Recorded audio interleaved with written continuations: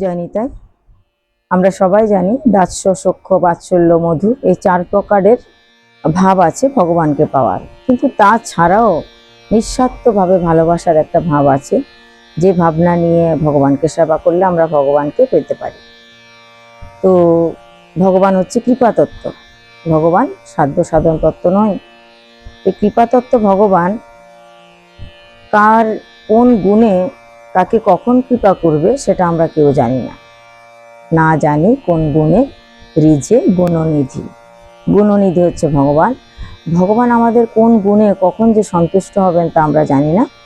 আজ আমরা মহারাষ্ট্রের একজন ভক্তের কথা শুনব, যার নাম ছিল নামদেব। নামদেব তার জীবনে অনেকবার ভগবানের দর্শন পেয়েছেন। অনেকে বলে নামদেব 40 বার ভগবানের দর্শন লাভ করেছিলেন।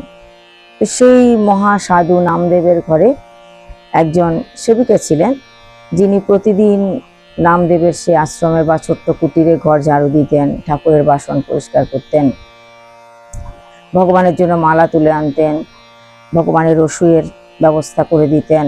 অর্থাৎ যাবতীয় সেবা সারাদিন ধরে তিনি নামদেবের সেই ছোট্ট কুটিরে করতেন। তার নাম ছিল জানাবাই। জানাবাই কোনোদিন নামের মালা করেননি। জানাবাই কোনোদিন মন্দিরে গিয়ে ঠাকুর দর্শন করেননি, কিন্তু সাধু সেবা এবং ভগবানের সেবার ব্যবস্থা তিনি করে দিতেন। তিনি ডাইরেক্ট সেবা করেননি, কখনো ভগবানের পুজো করেননি, কিংবা ভগবানের কখনো মালা জপেননি। কিন্তু সাধু যে সেবা করত ভগবানের, সেই সেবার তিনি সংযোগ প্রদান করতেন, অর্থাৎ সাহায্য করতেন। প্রত্যেক দিন এরকম চলতে থাকলো। নামদেবজি মহারাজ প্রত্যেক দিন সকাল, দুপুর এবং সন্ধ্যার সময় আরতি কীর্তন করার পর তিনি প্রত্যেক দিন একটু ভাগবত পাঠ করতেন, হরিনাম করতেন, তারপরে কীর্তন করত। সাধুগুরু বৈষ্ণবরা আসতেন, শ্রবণ করতেন, ভক্তরা আসতেন। তো ভক্তরা যখন হরিনাম করতেন বা নামদেবজিও যখন হরিনাম করতেন, সেই হরিনামের সুরে মুগ্ধ হয়ে ভগবান সেই স্থানে আসতেন। আমরা সবাই জানি যেখানে হয় নাম সংকীর্তন সেখানে হয় মধুর বৃন্দাবন।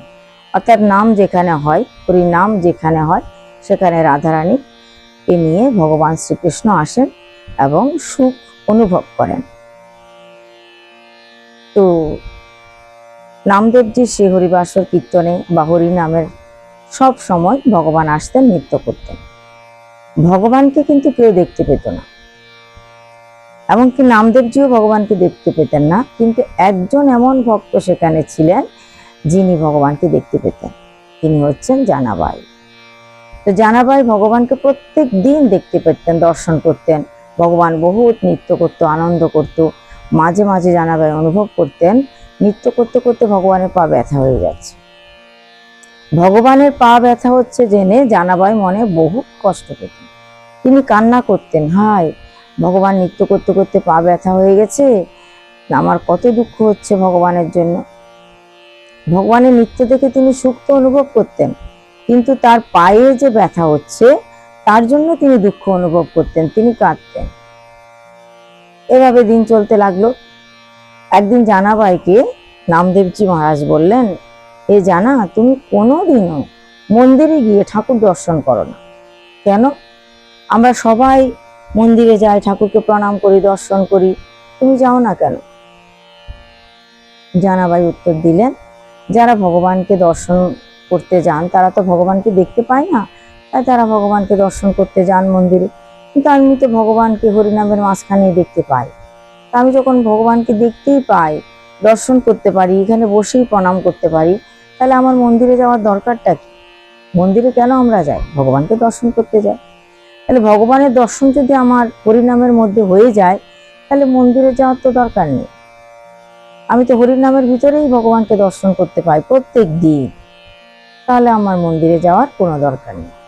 নামদেবজি আর কিছু বললেন না, ভাবলেন এই পাগল কি বলে। তো নামদেব আর কিছু বললেন না, কিন্তু তিনি কখনোই মন্দিরে যেতেন না। এভাবে দিন চলতে লাগলো। একদিন একাদশী তিথি আসে। একাদশীর আগের দিন জানাবাই লক্ষ্য করেছেন ভগবানের পা নৃত্য করতে করতে একটু লাল লাল হয়ে গেল। ভগবানের পা তো সুকোমল চরণ, কিন্তু নৃত্য করতে করতে পাটা একটু লাল লাল হয়ে গেছে।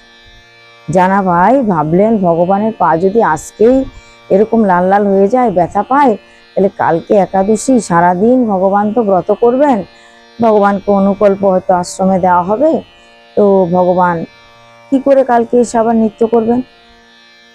আর কীর্তন হলেই ভগবান চলে আসবেন নৃত্য করতে, নৃত্য করতে আসলে, নৃত্য করলে তো ভগবানের পা খুব ব্যথা হবে।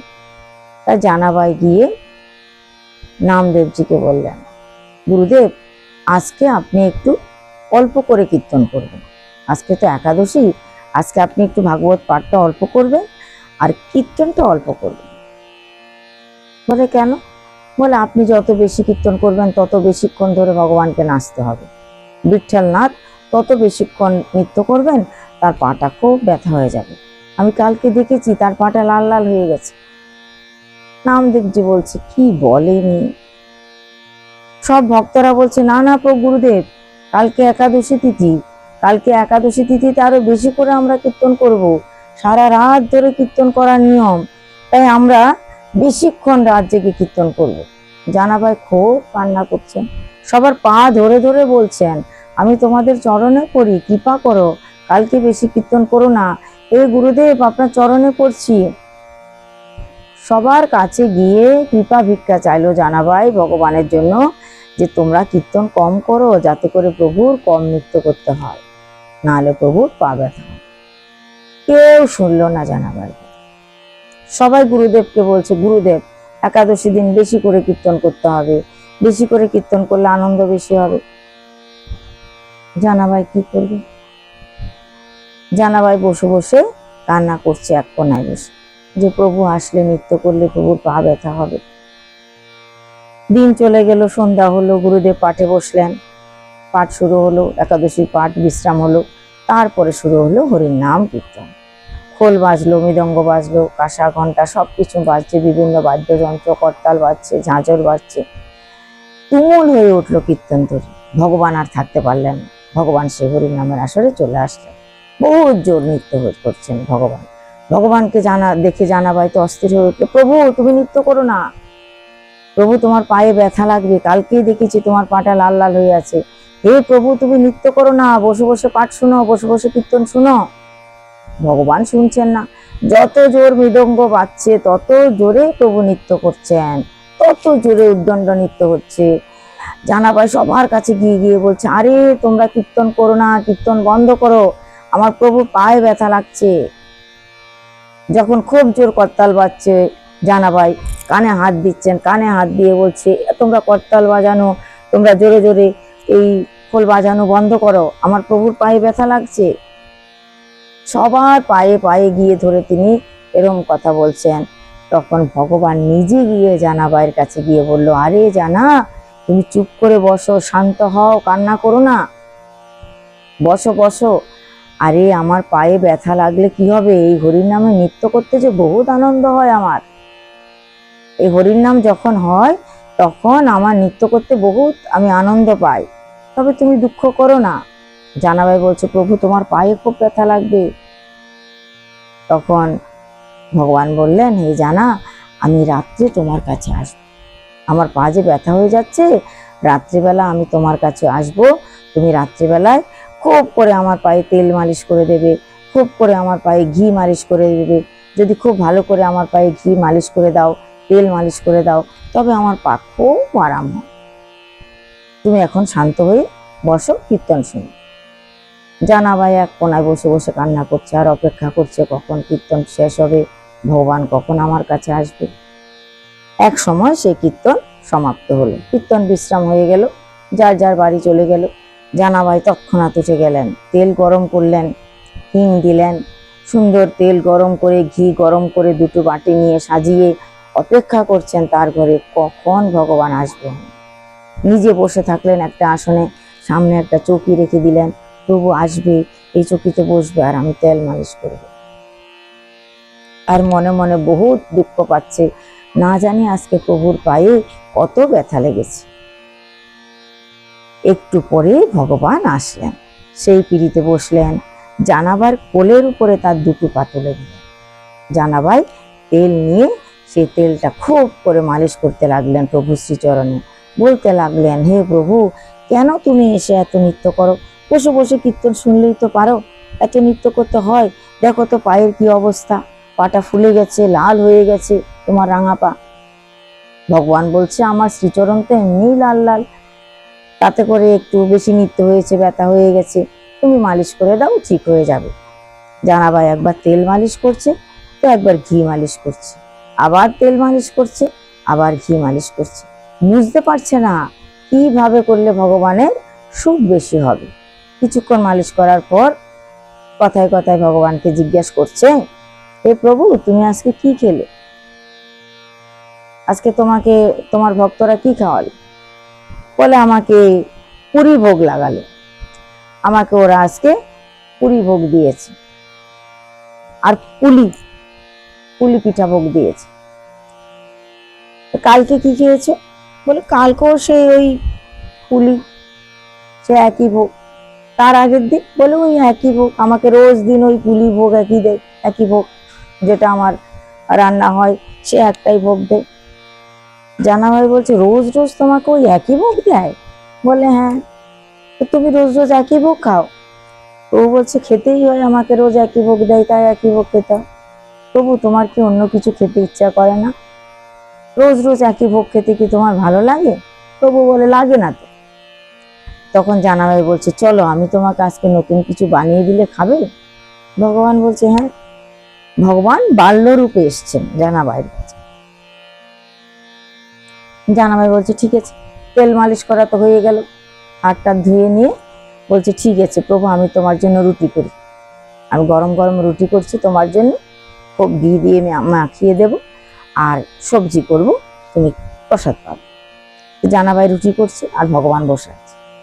জানাভাই একটা দুটো রুটি করার পর বলছে, প্রভু দেখো, আমারও তো ছোট ছোট হাত, তোমারও ছোট ছোট হাত, তুমি বসে থাকলে হবে? আমি যখন রুটি করছি তুমি ততক্ষণে সবজিটা আমানি করে দাও, তুমি সবজি আমানি করে দাও, আমি রুটি করে নিচ্ছি, তাড়াতাড়ি হয়ে যাবে, তাড়াতাড়ি প্রসাদ পাওয়া হবে। ভগবান উঠে গেলেন, ভগবান তার ছোট ছোট হাত দিয়ে সবজি আমানি করছে। দেখুন ভক্ত আর ভগবানের কেমন লীলা, কি নিঃস্বার্থ প্রেম। এই প্রেমে কোনো স্বার্থ নেই, কোনো বাধা নেই, শুধু আছে ভগবানের সুখ, শুধু আছে ভগবানের শান্তি আর ভগবানকে পাওয়ার আনন্দ। তো জানাবাই রুটি করছে আর ভগবান সবজি আমানি করে দিচ্ছে। অপরূপ সেই দৃশ্য দর্শন করলেই যেন মন মোহিত হয়ে যায়।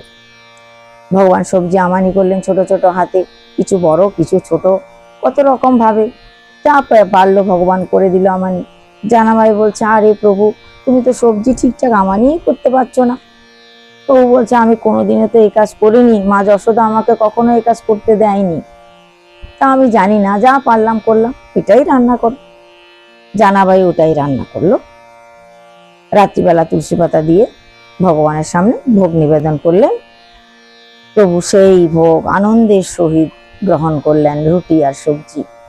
জানাভাই তালে হাত দিয়ে প্রভুর সামনে বসে বসে দেখছেন কত তৃপ্তি করে, কত আনন্দের সঙ্গে প্রভু সেই ভোগ সেবা নিচ্ছেন। তো এই হচ্ছে ভক্ত আর ভগবানের লীলা।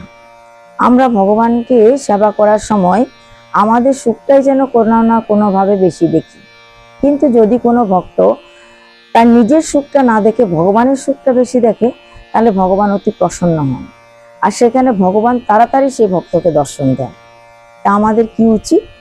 আমাদের উচিত যখন আমরা ভগবানের সেবা করব, নিজের সুখটা তুচ্ছ বিবেচনা করে ভগবানের সুখটাকে প্রাধান্য দেব। যখন নিজের সুখটা গৌণ হয়ে ভগবানের সুখটা মুখ্য হয়ে যাবে, তখন দেখবেন সম্পর্কটা কত মধুর হয়, আর ভগবান কত তাড়াতাড়ি আমাদেরকে দর্শন দেন। কলিযুগে ভগবানকে পাওয়া খুব কঠিন ব্যাপার নয়, শ্রীমন মহাপ্রভু অতি সহজ সহজ উপায় দিয়ে গেছেন। তাই কলিযুগে ভগবানকে পেতে হলে কেবল একটু নিঃস্বার্থ ভালোবাসা চাই। কেন?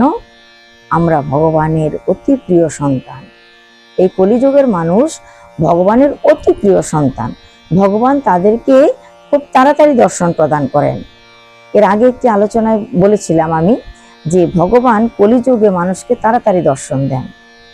সত্যযুগে ভগবানকে পাওয়া অনেক কঠিন ছিল, ত্রেতা যুগে দাপর যুগে কঠিন ছিল অনেক, কিন্তু এই কলিযুগে, ধন্য কলি, শ্রীমন মহাপ্রভু এসে কলিযুগকে ধন্য করে দিয়েছেন। এই কলিযুগে ভগবানকে পাওয়া সহজ, যেমনি জানাবাই তার সহজ সরল মনে ভগবানকে লাভ করেছেন, আমরাও যদি সহজ সরল মনে ভগবানের ভজনা করি, অবশ্যই আমি, আপনি, আমরা সবাই ভগবানকে লাভ করতে পারি। শুধু কি চাই? নির্মল মঞ্জন সো মোহে পাওয়া, মোহে কপট ছল স্যাদ নেহি ভাবা। আমাদের মন থেকে কপটতা দূর করতে হবে। লোভ, লালসা, ভয়, কাম ইত্যাদি দূর করে কেবল নিঃস্বার্থ প্রেম নিয়ে, ভগবানের সুখ নিয়ে যদি আমরা ভাবনা চিন্তা করি, অবশ্যই ভগবানকে লাভ করব। আজ এই পর্যন্ত। জয় নিতাই, জয় শ্রী রাধেশ্যাম। আরেকটি কথা বলার ছিল যে আপনাদের আমার এই ছোট ছোট ভগবানের ভক্তি জগতের কথাগুলো ভালো লাগছে কি ভালো লাগছে না তা তো আমি বুঝতে পারছি না। তা আপনারা বিভিন্ন কথার মাধ্যমে আমাকে জানাতে চেষ্টা করুন, যাতে আমি আপনাদের আরো বেশি করে এই কথাগুলো শোনাতে পারি। সাবস্ক্রাইব করুন এবং আমাকে তা আপনাদের মতামতগুলো জানান যে এরকম কাহিনী আপনারা আরো শুনতে চান কিনা, বা কি শুনতে আপনাদের আরো বেশি ভালো লাগবে। কোনো মতামত থাকলে সেগুলো অবশ্যই আমাকে জানাবেন, তাহলে আমারও আরো বলতে ভালো লাগবে। যদি কোনো বিষয়ে জানতে চান, গীতার উপরে, ভাগবতের উপরে, কিংবা শিব পুরাণ কিংবা বিষ্ণু পুরাণের উপরে, তাহলে আমি অবশ্যই আপনাদের প্রশ্নের উত্তর দিতে চেষ্টা করব। আমারও ভালো লাগবে যখন আমি জানবো যে আপনাদের ভালো লাগছে। জয় নিতাই, জয় শ্রী রাধে।